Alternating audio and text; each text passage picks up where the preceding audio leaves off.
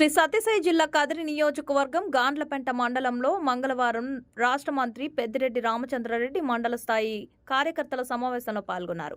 గాండ్లపెంట మండల కేంద్రంలో మండల వైఎస్ఆర్ కాంగ్రెస్ పార్టీ శాఖ ఆధ్వర్యంలో నిర్వహించిన మండల స్థాయి విస్తృత సమావేశానికి మంత్రి పెద్దిరెడ్డి రామచంద్రారెడ్డి ముఖ్య అతిథిగా హాజరయ్యారు.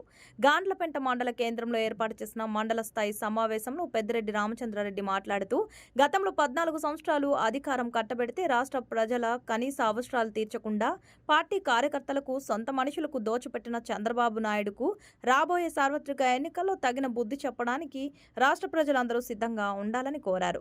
మీకు మంచి జరిగిందంటే నన్ను ఆశీర్వదించండి. సిద్ధం సభలో ముఖ్యమంత్రి జగన్మోహన్ రెడ్డి చెబుతున్నట్లు మహిళలకు కేజీ బంగారం, రైతులకు బెంచ్ కారు, రాబోయే సార్వత్రిక ఎన్నికల్లో వైఎస్ఆర్ కాంగ్రెస్ పార్టీ తరపున పోటీ చేస్తున్న ఎమ్మెల్యే అభ్యర్థి బిఎస్ మక్బుల్, హిందూపురం పార్లమెంట్ అభ్యర్థి బోయా శాంతమ్మ అత్యధిక మెజారిటీతో గెలిపించి జగన్మోహన్ రెడ్డి కానుగ్గా ఇవ్వాలని కోరారు. ఈ కార్యక్రమంలో హిందూపురం పార్లమెంట్ ఎన్నికల ఇన్ఛార్జ్ రాష్ట్ర ప్రధాన కార్యదర్శి వజ్ర భాస్కర్ రెడ్డి, అసెంబ్లీ ఎన్నికల ఇన్ఛార్జ్ పూల శ్రీనివాస్ రెడ్డి, మాజీ ఎమ్మెల్యే అత్తర్ చాంద్ బాషా, వైఎస్ఆర్సీపీ నాయకులు, కార్యకర్తలు, అభిమానులు పెద్ద ఎత్తున పాల్గొన్నారు.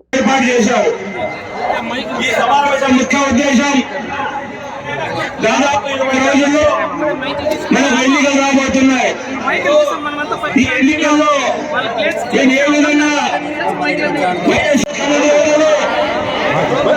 జగన్మోహన్ రెడ్డి గారు చెప్పిన మాటలు కట్టుబడి గవర్నమెంట్ నాయకులుగా రాష్ట్రాల్లో ఇబ్బందులు ఉన్న రాష్ట్రంలో కూడా అన్ని అభివృద్ధి సంక్షేమ కార్యక్రమాలు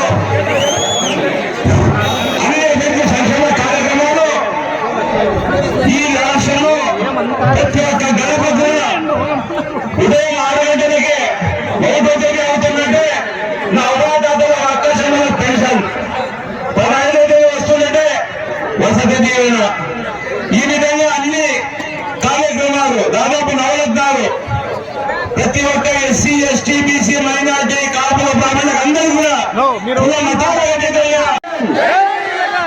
నాయకత్వం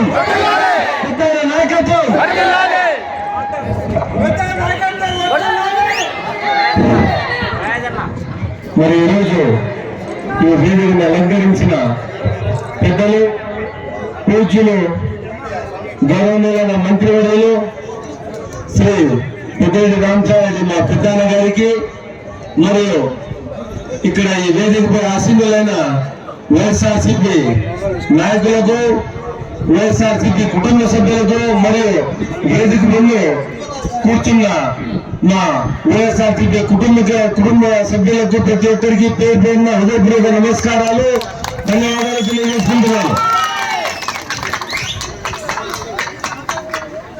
రానున్న 20 రోజుల్లో అంటే మే 13వ తేదీ సార్వత్రిక ఎన్నికలు జరగబోతున్నాయి. దానికి గాను మేము సన్నద్ధమవుతున్న తరుణంలో మన విజయవాడలో మన ముఖ్యమంత్రి గారికి హత్యాయత్నం జరిగింది. మీకు తెలుసు, పూల మధ్యలో రాళ్లు పెట్టి కొడుతున్నారు. ఎందుకంటే ఇంత ప్రజాదరణ గల నాయకుడు మన ముఖ్యమంత్రి, దేశంలోనే మన ముఖ్యమంత్రి అని ప్రతి ఒక్కరికి తెలుసు. కాబట్టి మేము గెలవబోతున్నాం. మళ్ళీ మన జగన్మోహన్ రెడ్డి గారు ముఖ్యమంత్రి అవుతున్నారని తెలుసుకుని వాళ్ళు ఇలాంటి కృత్యాలకు పాల్పడుతున్నారు.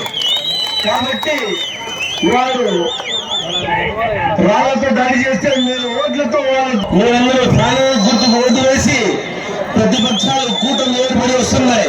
కానీ సంక్షేమం అభివృద్ధి ఒక్క జగన్మోహన్తోనే సాధ్యమని మీకందరికీ తెలుసు. ఒక్క నెల వాలంటీర్ వ్యవస్థ లేకపోతే పెన్షన్లు ఎంత కష్టపడి మీరు సచివాలయానికి పోయి తీసుకొని వచ్చినారని ఆ వృద్ధులకు మా అవ్వ తాతలకు అడిగితే తెలుస్తుంది. ఎండలో పోయి వాళ్ళకు 58 నెలలు ఇంట్లో కూర్చుంటే పెన్షన్ వచ్చింది. కానీ వాలంటీర్ వ్యవస్థ లేకుండా ఒక రోజు పోయి ఆ పెన్షన్ తీసుకొని వచ్చేకి వాళ్ళకి ఎంతో కష్టమైంది. దానికి కానీ 200, 300, 400 వాళ్ళు ఖర్చు పెట్టి పోవడం జరిగింది. ఒక్క నేను పెన్షన్ గురించే మాట్లాడుతున్నాను. ఇలాంటి నవరత్నాలు ఎంతో మన ముఖ్యమంత్రి గారు ఇచ్చినారు.